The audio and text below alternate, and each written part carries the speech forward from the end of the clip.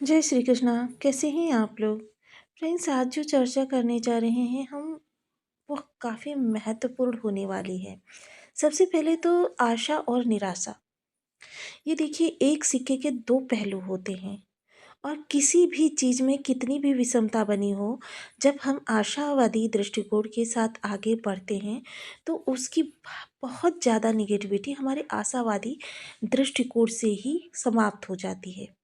और हम बहुत ही स्मूथली, यानी जो हमें मिलनी चाहिए थी निगेटिविटी, वो बहुत कम होकर हम स्मूथली आगे बढ़ते चले जाते हैं। लेकिन जब हम निराशावादी दृष्टिकोण से आगे बढ़ते हैं तो अगर हमारी जो चीज़ें हैं स्मूथ होनी होती हैं, उनमें भी काफ़ी हद तक हमें विषमता प्राप्त होती है। फलतः जो हमारी विचारधारा होती है, यह सबसे बड़ा और मुख्य किरदार निभाती है हमारी परेशानियों से निपटने में और हमारे जीवन को आगे बढ़ाने में।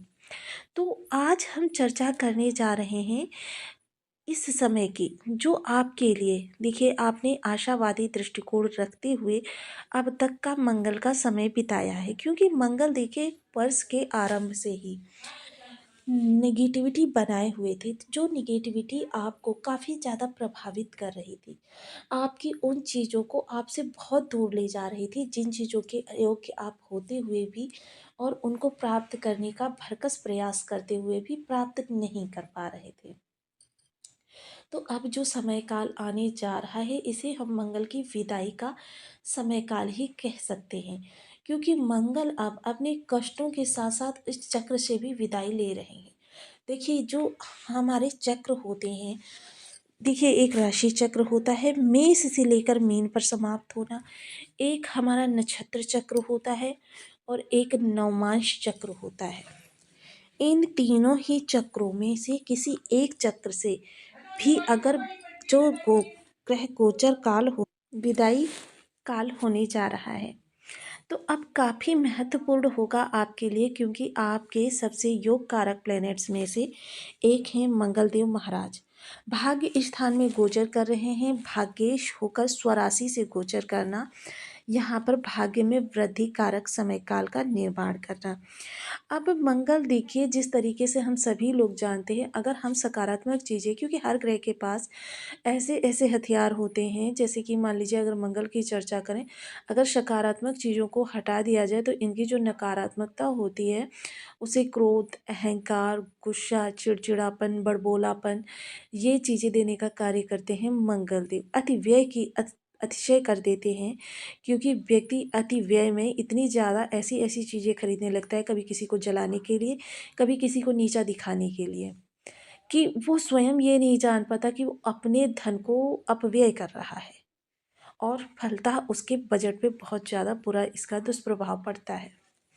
तो अब मंगल पर देखिए इस समय, क्योंकि मंगल देव, हालांकि नक्षत्र में तो इस समय बुध के हैं, क्योंकि ये ज्येष्ठा नक्षत्र से गोचर कर रहे हैं, लेकिन नवमांश इस समय जो है वो सेजिटेरियस का है, यानी कि धनु नवांश, यानी जो आपके कर्म भाव में राशि पड़ती है। तो ये कर्म भाव के नवमांश का मंगल पर प्रभाव काफ़ी महत्वपूर्ण रहने वाला है। तो बने रहिए हमारे साथ इस वीडियो में एंड तक, आपको बहुत कुछ जानने के लिए मिलेगा। वीडियो बहुत ज्ञानवर्धक होने वाला है। यदि आपके लग्न में 12 नंबर बना हुआ है तो ये राशिफल आपके लिए है। यदि कुंडली में कहीं भी चंद्रमा के साथ 12 नंबर बना हुआ है तो ये राशिफल आपके लिए। कुंडली ना होने की स्थिति में आप इसे नाम राशि से भी देख सकते हैं। यदि अभी तक आपने अपने इस चैनल को सब्सक्राइब नहीं किया है तो प्लीज़ सब्सक्राइब कर लीजिए, वीडियो को लाइक कर दीजिए, चैनल को शेयर कर दीजिए। इससे होगा क्या कि हमारे आने वाले हर वीडियो की नोटिफिकेशन मिल सकेगी आपको सबसे पहले। एक प्यारा सा कमेंट करना बिल्कुल ना भूलें। कमेंट से हमें बहुत मोटिवेशन मिलता है, हौसला मिलता है, और ये पता चलता है कि आप और क्या जानना चाहते हैं।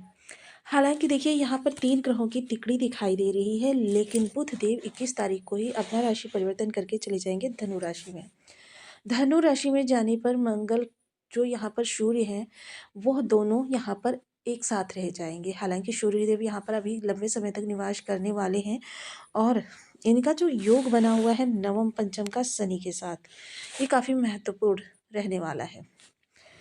बहुत महत्वपूर्ण यह एक, कह सकते हैं कि एक तरफ शनि से इनका संबंध बन रहा है, दूसरी तरफ गुरु नवांश माध्यम से यहाँ पर आ रहे हैं, जिसकी वजह से ये भाग्य में आपकी काफ़ी ज़्यादा वृद्धि होती हुई देखी जाएगी। चीज़ें बेशक आपकी थोड़ी धीमी गति से आगे बढ़ेंगी, लेकिन पूर्णता को प्राप्त होंगी। अब धीमी गति, अगर आप शनि की विलंबिता को ले रहे हैं तो ये उतना विलंब नहीं होगा जितना शनि के स्वतंत्र प्रभावों में विलंबित होती हैं चीज़ें।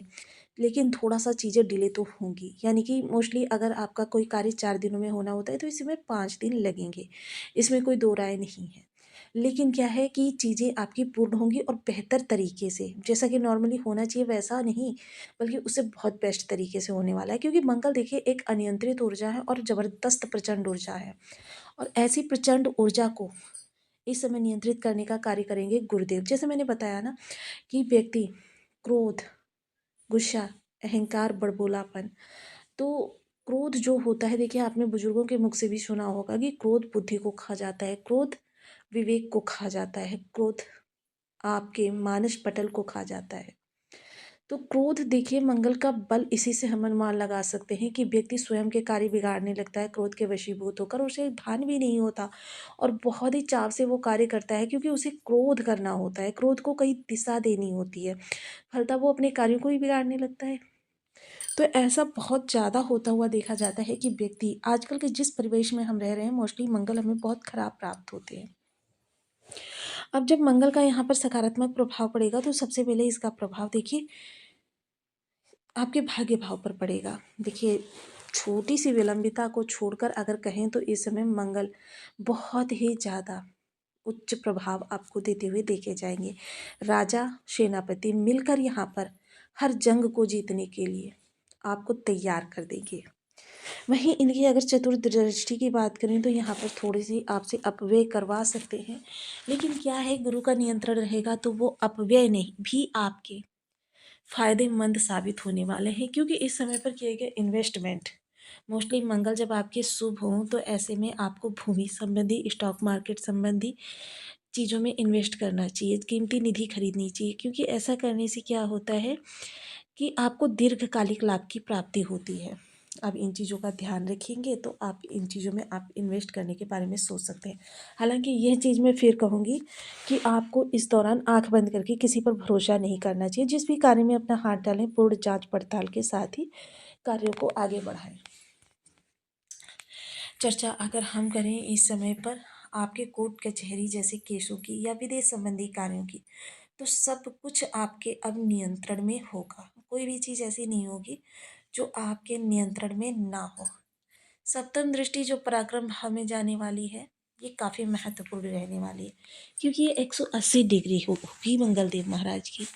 तो ये जो 2 नंबर की राशि है, यहाँ पर मंगल की सप्तम दृष्टि जाना मतलब इस समय आपकी लगन, आपकी जुनून, आपकी कार्य क्षमता, आपका बाहुबल, सब कुछ अदम्य साहस से भरे हुए हैं, जिसकी वजह से जहाँ चाह वहाँ राह बनाने वाले व्यक्ति आप होने वाले हैं।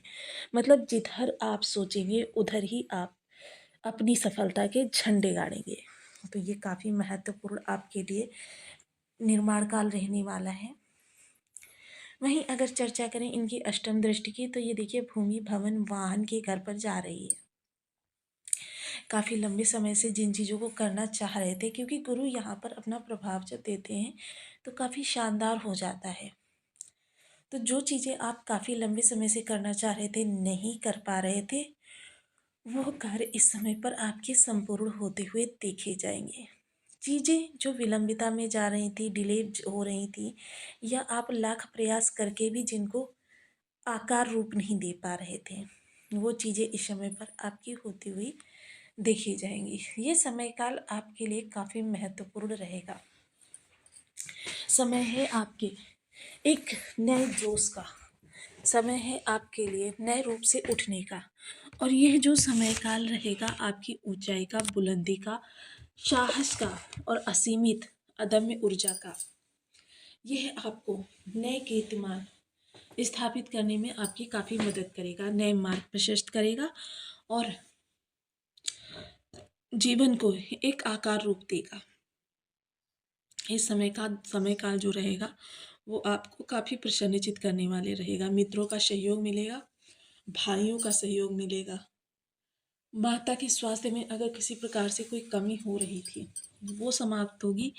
माता से तकरार, अलगाव या इस तरीके की कोई चीज़ें बन रही थी, वो समाप्त होंगी।